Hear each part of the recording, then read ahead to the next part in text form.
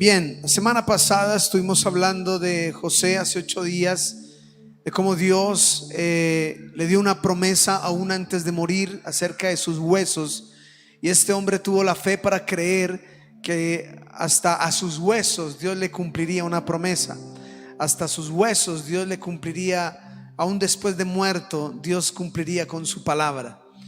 Y el domingo lo veíamos como este ejemplo de un hombre que a través del perdón pudo alcanzar la paz, la bendición, y como el poder liberador del perdón. Realmente el perdonar nos bendice a cada uno de nosotros. Pero realmente la historia de José es una historia impactante, es una historia muy conmovedora, es una historia de mucho aprendizaje bíblico y tiene muchísimas cosas. En esta hora yo quisiera compartir algo que me impactó cuando estaba leyendo con respecto a José. Yo dije, este tema quiero compartirlo con la iglesia, me parece importante. De hecho, cuando estamos leyendo este texto ahí en el Génesis 41, está hablando de cuando José empezó como a alcanzar aquel sueño prometido, como ya era administrador de Egipto, ya estaba a cargo y empezó a experimentar bendiciones de parte de Dios. De hecho, el versículo 49 dice que recogió muchísimo trigo. Entonces recuerde que eso fue parte del sueño que él había tenido. Dice que recogió muchísimo trigo como arena del mar, mucho en extremo hasta no poderse contar. Entonces experimentó recoger una cosecha de parte de Dios de manera abundante. Y el versículo 50 dice que le nacieron 2 hijos. Sí, que le nacieron 2 hijos, pero me llama la atención esta frase: y nacieron a José 2 hijos antes que viniese el primer año del hambre. A mí me llamó muchísimo la atención ese texto, que Dios bendice. Recuerde que si lo vamos a interpretar como una forma en que Dios levantó a José, si lo podemos ver cuando él estaba preso allí, abandonado, olvidado por sus amigos, desconectado de su familia, si lo vemos como Dios lo comenzó a levantar, como Dios lo empezó a llevar poco a poco hasta que lo puso en esta posición, y es una posición de bendición. Vuelvo y le digo, ya es administrador, gobernador de Egipto, ya está viendo las promesas cumplidas de Dios en la vida de él, y empieza a recoger el trigo. Pero en esos 7 años de bendición, de vacas gordas, en ese tiempo de fructificación, antes, dice la Biblia, antes de que llegase el primer día del hambre, Dios le entregó sus 2 hijos a él. ¿Por qué no le dio un hijo en tiempo de abundancia y otro hijo en tiempo de hambre? ¿O por qué no le dio los 2 hijos durante el hambre que tuvo Israel? Porque la Biblia se encarga de resaltar que los 2 hijos que Dios le dio a José se los dio antes del primer año de hambre. Yo creo que hay un significado espiritual ahí muy grande. Yo creo que hay ahí un poder espiritual especial. Tiene que ver con las promesas, tiene que ver con lo que Dios le dijo, tiene que ver con todo lo que Dios prometió a Abraham, Isaac y Jacob, que la descendencia es bendición. Y escúcheme bien, la bendición que había sobre la vida de José alcanzaba aún los hijos que no tenía todavía. Vuelvo y le repito, la bendición que Dios te dio a ti, la bendición que Dios me dio a mí, alcanza mis generaciones que no hayan nacido. Amén. Entonces yo miro esta historia y me impacta, porque cuando heredamos las promesas y las bendiciones de Dios, debo tener la certeza de que, mire cómo opera la fe en la vida de José. creyó que después de muerto Dios cumpliría con llevarlo a la tierra de la promesa, y sus huesos atravesaron todas esas dificultades y allá llegó. Pero aún sin tener hijos, ya había recibido promesa, y los hijos no nacen en tiempos de hambre, sino en tiempos de abundancia, y eso hace referencia al amor y a la fidelidad de Dios para con él, en el nombre de Jesús. Significa que nuestros hijos no nacen para tiempo de hambre, no nacen para tiempo de crisis, sino nacen para el tiempo perfecto y bendito de Dios para nosotros. Amén. Dele ese aplauso al Rey de Reyes y Señor de señores. No piensa en José, piensa en Efraín y Manasés. Como Efraín y Manasés, cuando les cuenten, ¿y usted cuándo nació? Un año antes de que viniese el hambre. Nací en el tiempo de la abundancia, nací en el tiempo de la bendición, nací en el tiempo del cumplimiento de las promesas de Dios para con mi padre, nací en el tiempo de la veracidad, de el experimentar esa fidelidad de Dios. Y para eso sus nombres le traen un recuerdo a su papá. El primero se llama Manasés, que significa el que me hace olvidar. Y ahí dice, al primero lo llamó, en el versículo 51 dice, y llamó José al nombre del primogénito Manasés, que significa el que hace olvidar. Manasés significa el que hace olvidar. ¿Olvidar qué? Ahí dice, el que me hizo olvidar todo mi trabajo y toda la casa de mi padre. Retomamos la historia de todo lo que él vivió, sufrió, la traición, todo lo que él vivenció.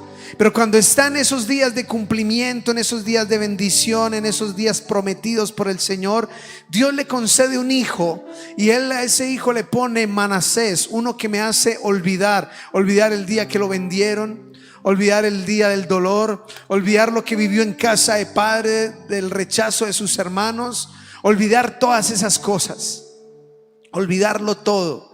Manasés. Entonces cada vez que él llamara a Manasés, el que me hizo olvidar, el que me hizo olvidar mi dolor, mi tristeza, mi pasado, mi trabajo, dice todo mi trabajo. Obviamente el recorrido de José no fue fácil, desde sus 17 hasta sus 30 años, que más o menos 30 y algo de años que estamos leyendo, esos 13, 14 años que él vivió no fueron fáciles. Fue de mucho trabajo, el tiempo en la cárcel, la cultura, todo lo que él tuvo que enfrentar, y aún así ser fiel a Dios, porque eso lo caracterizó, que aunque estuvo en Egipto nunca le falló al Señor, sino procuró ser fiel al rey. El segundo hijo, dice la escritura, Dios le dio un nombre y le dijo, y el segundo hijo, versículo 52 dice, y llamó el nombre del segundo hijo Efraín, porque dijo Dios, me hizo fructificar en la tierra de mi aflicción. Efraín significa literalmente fructífero, fecundo, significa fértil. Y él está diciendo, el primero me hace olvidar mi pasado, pero cuando viene el segundo hijo, antes del primer año de hambre, dice, el Señor me hizo fructificar en la tierra de mi aflicción. Egipto no era la mejor tierra para él. Egipto le recordaba su esclavitud. Egipto le recordaba su separación de su familia. Egipto representaba la traición de sus hermanos. Egipto representaba la calumnia de aquella mujer que lo mandó a la cárcel. Egipto representaba aflicción para José. Pero cuando vino el día del cumplimiento, pero cuando vino el día de la bendición, cuando vino el tiempo de Dios para él, entendió que Dios le hacía olvidar su pasado, pero que Dios aún en la tierra de la aflicción podía hacerlo fructificar y bendecirlo en el nombre de Cristo Jesús. Amén. Dale un aplauso de exaltación y honra. Aún en la tierra de mi aflicción, Dios me puede fructificar.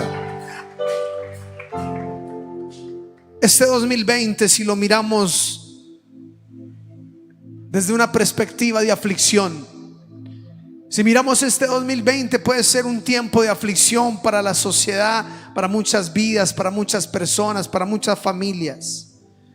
Pero cuando estamos creyendo en esta palabra, estamos declarando esta palabra, estamos seguros que aún en el tiempo de la aflicción, aún en el tiempo del 2020, Dios puede hacernos fructificar y bendecirnos en el nombre de Cristo Jesús. Aún en los tiempos más difíciles, el Señor nos hace fructificar.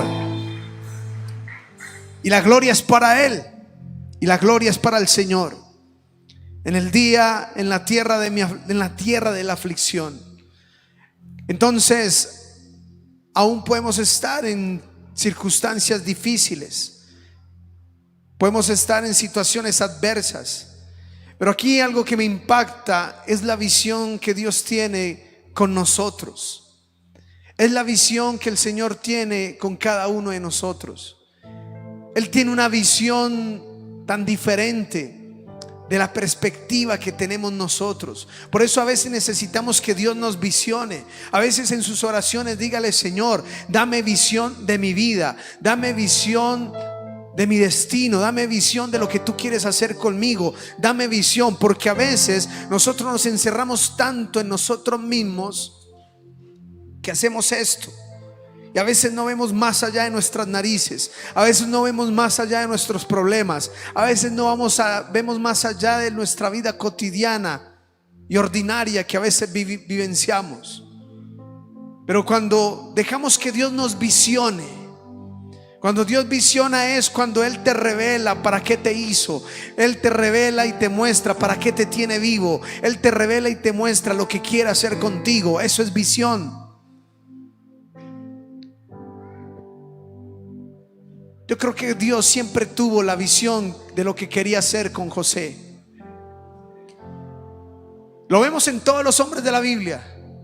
Lo quería hacer con Moisés, lo que quería hacer con Gedeón. Dios tiene clara la visión con cada uno de nosotros.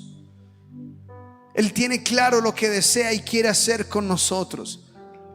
Pero a veces nosotros en nuestra vivencia sufrimos de miopía, quedamos nublados y no vemos, y empezamos a abrirle lugar a la duda, abrirle lugar a la incredulidad, al escepticismo, y empiezan a ser más fuertes las cosas que vemos que las que creemos, y empieza a ser más fuerte lo que vemos que lo que Dios dijo. Posiblemente José tuvo que aferrarse a la palabra.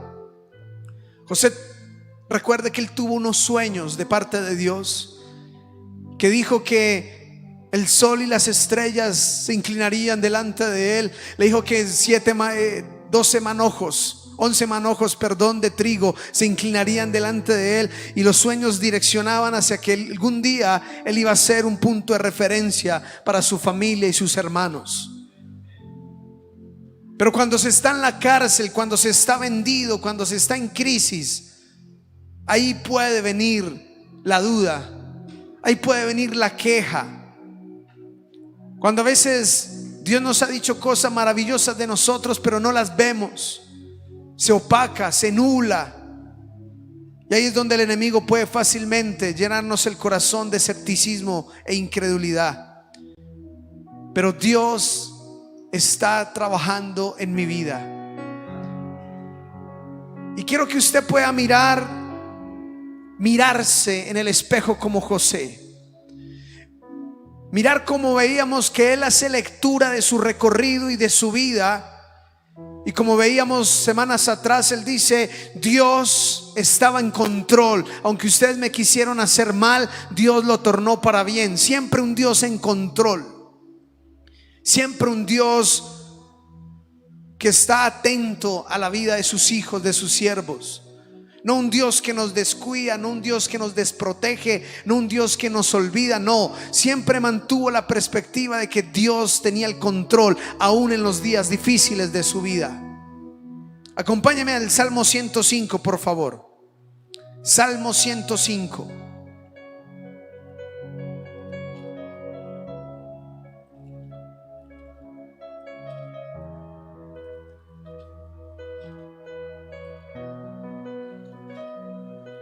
Salmo 105.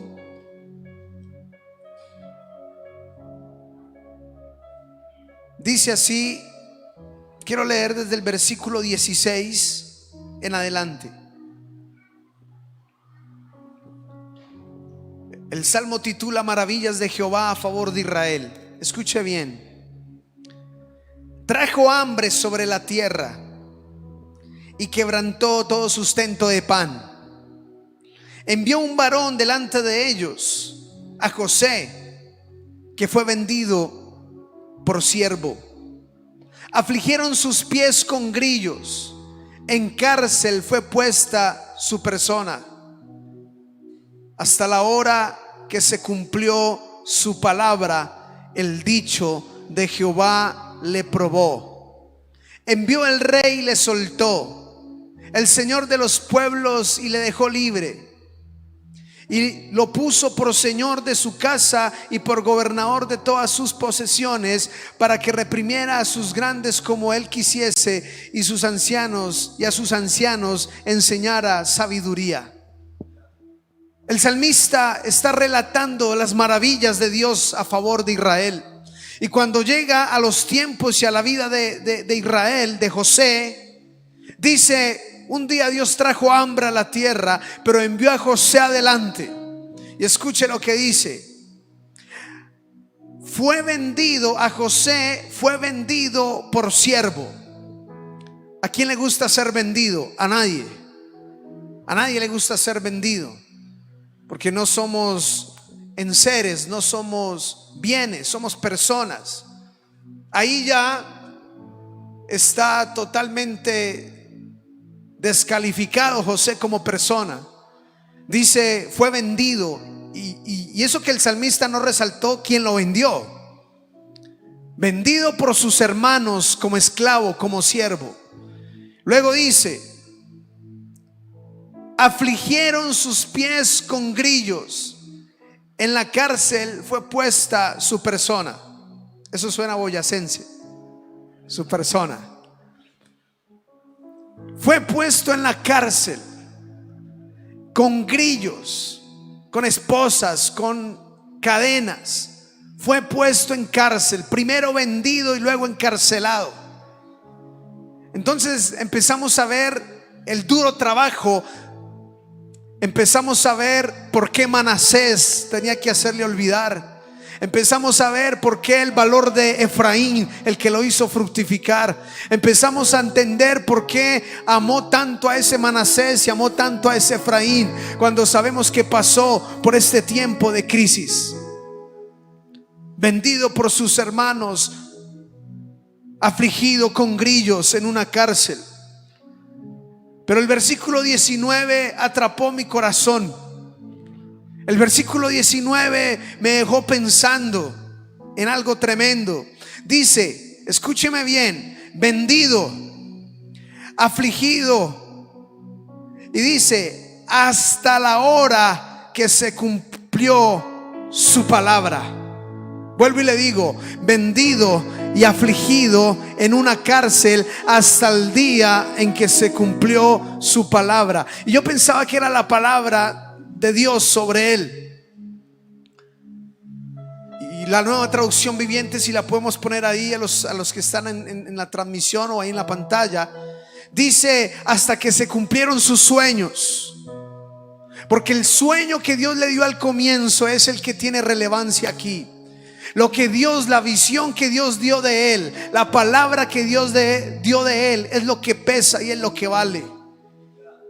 Y entonces dice: vendido por sus hermanos y afligido con grillos en una cárcel, hasta el día en que lo que Dios le dijo por sueño y por su palabra empezó a cumplirse en la vida de él, en el nombre de Jesús. Es decir, mi aflicción dura hasta cuando la promesa viene, en el nombre de Jesús. Mi crisis dura hasta cuando la palabra empieza a hacerse realidad en mi vida. La crisis dura hasta que la palabra se cumple. La crisis dura hasta que la palabra se cumple. Y dice la escritura que fue vendido, afligido, afligido hasta el día en que se cumplió su palabra, la que él había dicho algún día, la que él había predicado algún día, la que él había declarado algún día. Pero escuche, ese versículo es impactante. Dice: hasta la hora que se cumplió su palabra, el dicho de Jehová le probó. La palabra de Jehová lo probó. La Nueva Traducción Viviente dice: y Dios, hasta que Dios formó su carácter. Pero quise ahondar con respecto al dicho de Jehová lo probó. Entonces me fui a ahondar un poquito más y a irme un poco más curioso, a indagar esa palabra probó. Entonces la estuve revisando, y en el hebreo es una palabra que significa zafaf, con una T al comienzo, zafaf. ¿Y sabe qué significa probó? Ahí zafaf significa fundir algo, un metal especialmente. Zafaf significa refinar o acrisolar los metales. Entonces cuando veíamos lo de saeta bruñía, note cómo todo vuelve y coge el mismo sentido. Es decir, martillo, fuego, pruebas, porque Dios no está haciéndonos daño. Dios está trabajando y nos está perfeccionando para levantarnos a la promesa y al cumplimiento en lo que Él dijo que iba a hacer en nosotros. Así que la prueba no es prueba, así que la crisis no es crisis, es un medio por el cual Dios está acrisolando y refinando tu vida para el cumplimiento de la promesa. O sea que las crisis no son crisis, sino Dios trabajando en ti, Dios trabajando en mí. Obviamente, ¿a quién le gusta pasar por fuego, que le den martillo? Si usted fuese un metal, martillo y fuego, a nadie le gustaría. Pero Dios está trabajando porque tiene un propósito con esa persona. Dios lo probó. Dice la escritura: zafaf, fundir, refinar, acrisolar. O sea que lo que Dios estaba haciendo en él era formándolo. O sea que el dolor, cuando sus hermanos lo vendieron, lo que Dios estaba era formándolo. Cuando sus hermanos destruyeron la túnica, lo que Dios estaba era formándolo. Cuando lo calumniaron y lo mandaron a la cárcel, lo que Dios estaba era puliéndolo. Cuando Dios permitió tanto dolor y tanto sufrimiento, lo que estaba haciendo era una obra maravillosa en él. Así de que miremos las crisis y las luchas desde otro punto de vista. Y dice la palabra allí: después de que el dicho de Jehová le probó, envió al rey y le soltó. Y el Señor de los pueblos, dice, el Señor de los pueblos, y le dejó ir y le puso por señor de su casa. Cuando vino el cumplimiento, cuando ya estaba pulido, cuando ya estaba refinado, fue suelto, fue puesto como Señor, fue a cumplir el propósito y el destino que Dios tenía con él. Hermano, esta palabra nos enseña de la perspectiva que debemos tener aún de nuestras propias luchas y dificultades. Cuando estés pasando por ese fuego, dale gloria al Señor. Cuando estés pasando por esa dificultad, dale gloria al Señor. Cuando estés atribulado y cansado, dale gloria al Señor, porque Él está haciendo algo maravilloso en ti. Su plan no ha cambiado y su palabra contigo sigue firme, y lo que está haciendo es preparándote para que estés a la altura de lo que Él quiere hacer contigo, en el nombre de Jesús. Gloria al Señor. Busca a alguien ahí a tu lado y dile: Dios está trabajando en tu vida. Dios trabaja. Dios está trabajando. Así que todo eso que vivió José era parte de lo que Dios pulía en él. Todo eso que Dios estaba haciendo en la vida de José era refinándolo, preparándolo, porque algún día sería señor de Egipto y tendría un Manasés y un Efraín.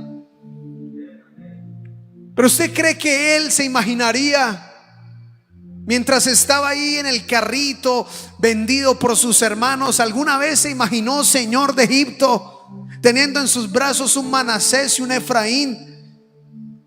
que nacieron en los días de la abundancia antes de que viniese el hambre. ¿Usted cree que Él se imaginó cuando estaba preso, cuando estaba con los grillos y las cadenas? ¿Usted cree que Él se imaginó que iba a ser Señor de Egipto? Pero lo que sí sabemos es que sabía que Dios estaba con Él y Él estaba con Dios. Eso es lo que necesitaba conformarse. Acompáñeme al Salmo 66, por favor. Salmo 66, versículo 8.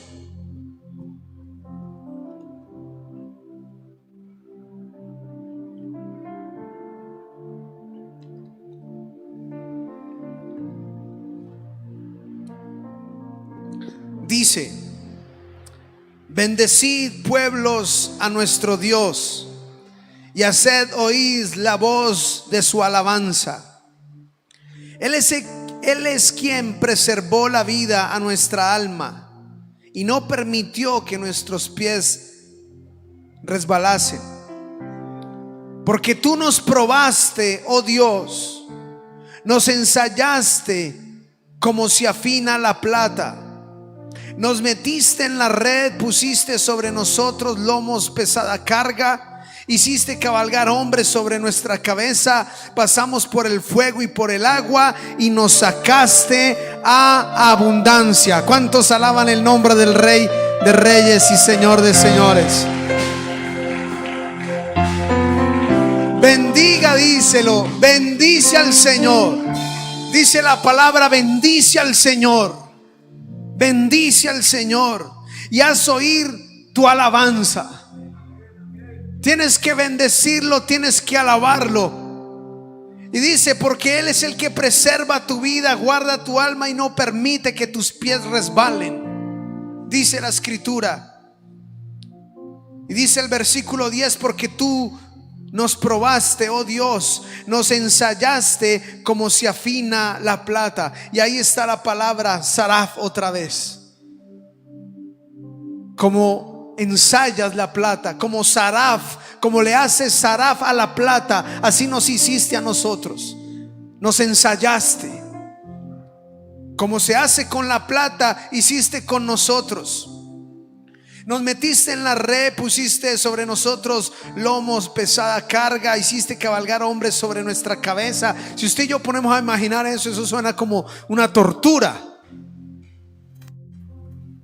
Eso a veces suena como tortura y aquí quiero hablarle de algo. Dios no tortura a nadie. ¿Cuánto lo creen? Si usted es de los que cree que Dios lo tortura, está equivocado. Tiene una idea equivocada de Dios. Como aquella vecina que alguna vez vivimos, y cada vez que barría se quejaba y decía: si así como abunda el mugre, abundara la plata, mi vida no sería así de desgraciada. Y al otro día barría y decía lo mismo: si así como abunda el mugre, abundara la plata. Y algo decía. Mi esposa nos daba risa cada vez que barría, porque no cambiaba el discurso, iba por la misma línea. Yo no le estoy hablando de un Dios que tortura, no le estoy hablando de un Dios que busca que sus hijos sean medio masoquistas. Señor, tortúreme, Señor, y entre más pobre y entre más destruido, entre más mal esté, Dios más me ama. No le estoy hablando de eso. Aquí podemos leer que lo cayó en una red. Y cuando dice: cabalgaron hombres sobre mi cabeza, pusiste sobre nuestros lomos carga pesada. Pensaría que es Dios ahí. Lo que pasa es que Dios permite cosas, pero no pierde el control de las cosas. Y dice la escritura: pasamos por el fuego y por el agua y nos sacaste a abundancia. Entonces toda esa prueba y toda esa dificultad, todo eso que parece una situación difícil, tiene como finalidad la abundancia preparada de Dios para ti, el propósito de Dios contigo, en el nombre de Jesús. Amén.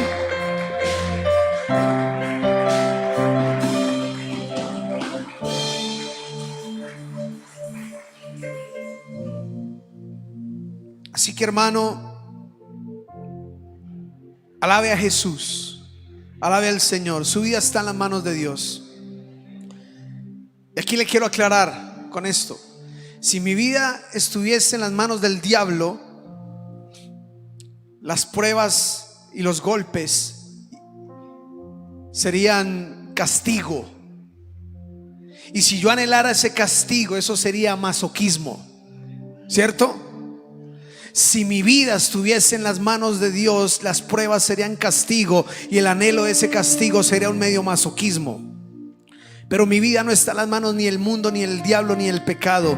Mi vida está en las manos del Rey de Reyes y Señor de Señores. Y las pruebas me están refinando, y las pruebas me están puliendo, y las pruebas me están haciendo mejor persona. Y el anhelar esa refinada, el anhelar esa obra de Dios en mi vida, entonces es lo que dijo Pablo: esta leve tribulación momentánea no se compara con el peso de gloria que viene después, en el nombre de Jesús. Amén. Entonces, el producto final es más valioso que el momento de la crisis. El producto final de lo que Dios está haciendo en mi vida es de más alto valor que la situación que yo esté enfrentando, por difícil que sea. Lo que vale es lo que Dios quiere hacer contigo, en el nombre de Jesús. Amén. Yo te invito en esta hora que te coloques de pie y vamos a orar en el nombre de Jesús. El Dios que refina, el Dios que acrisola, el Dios que purifica, prepara a sus hijos.